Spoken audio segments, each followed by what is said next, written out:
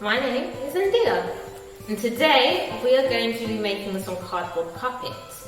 You are going to need your printed picture. You can get this on our ArtVerse website. Today I'm using our bear's picture. You are going to need some lollipop sticks, some sticky tape, some paint if you want to use paint. I'm using brown today, and some scissors.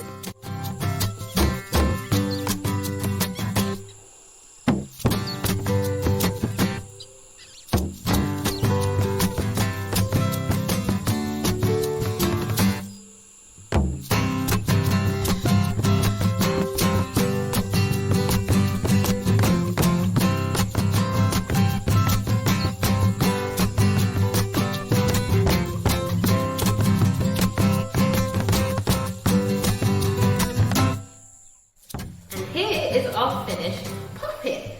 As you see, the paint is nice and dry now. You can make tons of things with your cardboard puppet. For example, you can make people.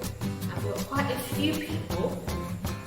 Pretty cool, right? You can use the wall for hair, you can cut out pictures and make clothes if you want. Just try not to use any pens. You can also make other pictures like fire, and even ice cream. Thanks for coming, guys.